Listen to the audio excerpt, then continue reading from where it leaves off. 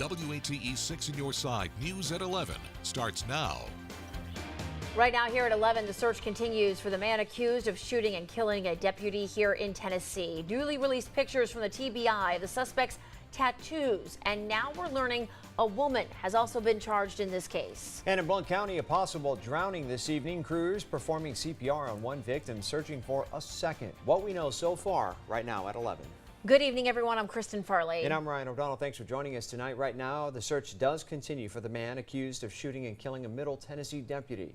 Now, that man on the TBI's most wanted list, and now a second person we're being told has been charged. Yeah, law enforcement from across the state searching all day for Stephen Wiggins. Take a look at your screen. The TBI says he should be considered armed and dangerous. Tonight, we are also getting new pictures from the TBI of Wiggins's tattoos. Take a look at your screen there. We're going to show you some of those images.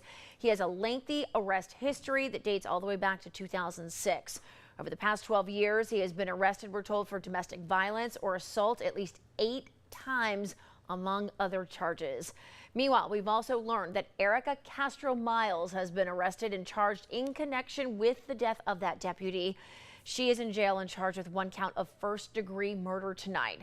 According to the Dixon County Sheriff's Office, Sergeant Daniel Baker was responding to a call of a suspicious vehicle early this morning. Baker was later found dead inside of his patrol car about 2 to 3 miles away from the initial call scene. We just ask for your help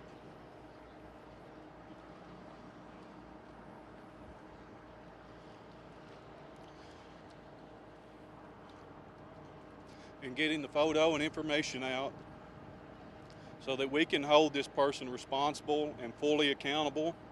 And it is my prayer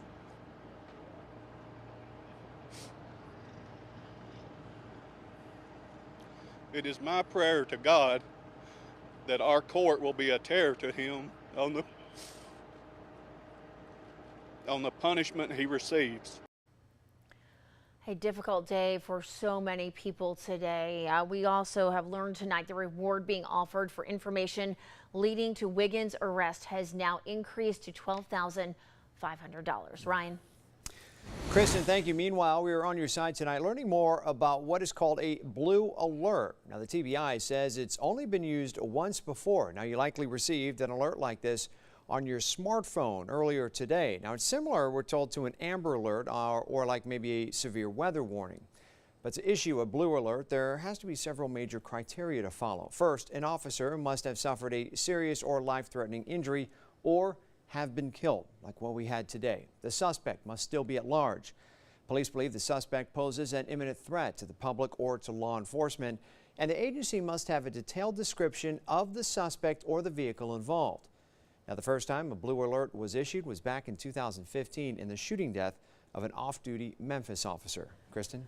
All right, again, we want to go back to the suspect from today's crime, everyone. Identified again as Stephen Wiggins, the subject of that blue alert that Ryan was just talking about.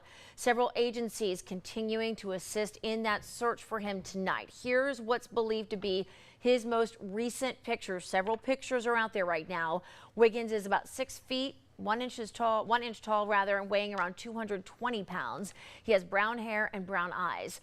If you have any information, call 1-800-TBI-FIND or simply call 911. A reminder, do not approach him.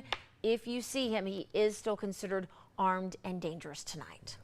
Well, the Blount County Sheriff's Office saying 1 person was recovered tonight from the water at Perry's Mill Dam in Wallen. Here's what we know. We're told crews were searching for a second victim. WATE 6 on your side's Kelly Rinke is explaining exactly what we do know from investigators so far.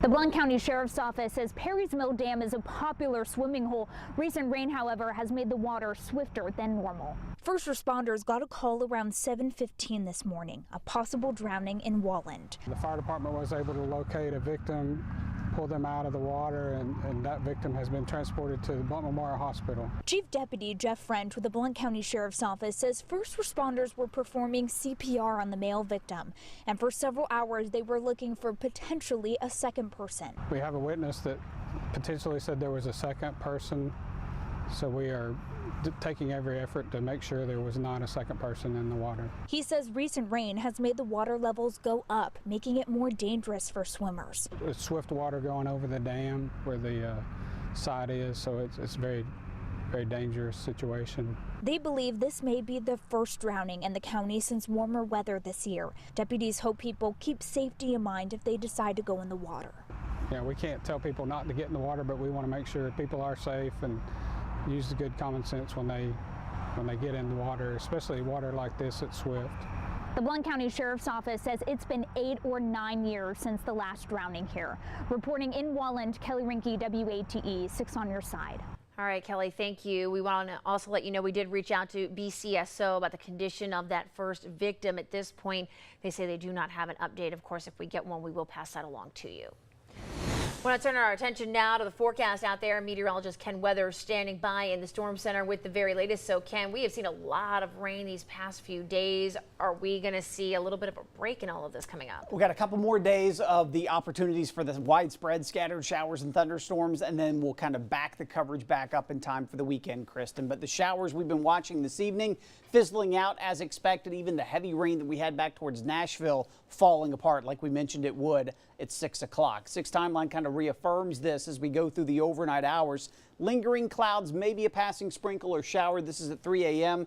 taking into tomorrow morning at 7 a.m. Again, partly to mostly cloudy, muggy. Can't rule out some patchy fog, but it's not going to be widespread or overly thick. Through the day tomorrow, more heat, more humidity, more scattered afternoon thunderstorms, especially mid to late afternoon. A few of those could be on the strong side, though, and I'll talk about that and when we finally see some humidity relief coming up in the full forecast. Ken, thank you very much. Turning now to a 6 on your side crime alert. Fingerprint has led to the arrest and conviction of what the district attorney's office is calling a career burglar. Billy Motes has been found guilty of aggravated burglary and theft. Now investigators finding his fingerprint on a broken window at the location of a burglary from 2 years ago. Motes convicted of stealing nearly $1,500 worth of property from the Knox County home. His sentencing hearing is set for August, and we're told that he faces between 15 and 21 years in prison because he's considered a career offender with 7 aggravated burglary convictions under his belt. Well, a $5,000 reward being offered by the family of a Maryland man who went missing after he went swimming on Tellico Lake. Loudoun County Chief Deputy Jimmy Davis saying the last time Michael Carnock was seen was in the water swimming around the island in Tellico Lake wearing a full body suit with an orange swim cap. Family members told deputies that Carnock, who was visiting family and friends here in East Tennessee, is an avid swimmer who's actually competed in triathlons. Law enforcement found his belongings on a nearby dock, including clothes and his cell phone. Anyone with information on his disappearance is urged to call 911.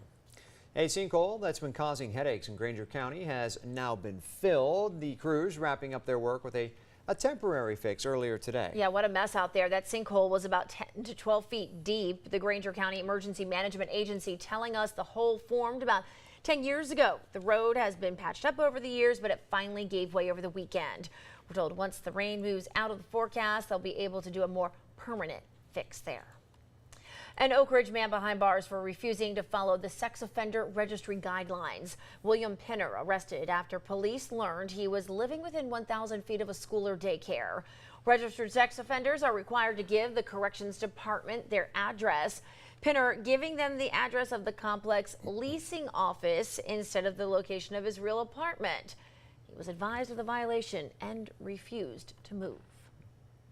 All right, everyone, listen up. You might want to be marking your calendars here. Dates for next year's Big Ears Festival already being released. That's right. The festival will be back in Knoxville March 21st through the 24th of next year.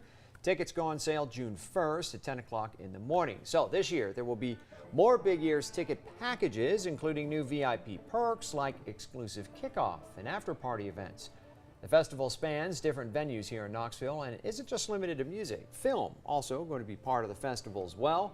We're told the Big Ears lineup will be revealed here during the coming weeks and coming months. So we'll keep you posted on that. Well, still to come here at 11 o'clock. If you're heading to Myrtle Beach pretty soon, you're going to want to listen to this. There's a new warning out tonight. Yeah, why that area has been placed under a swim advisory. We're going to have that for you coming up right after the break.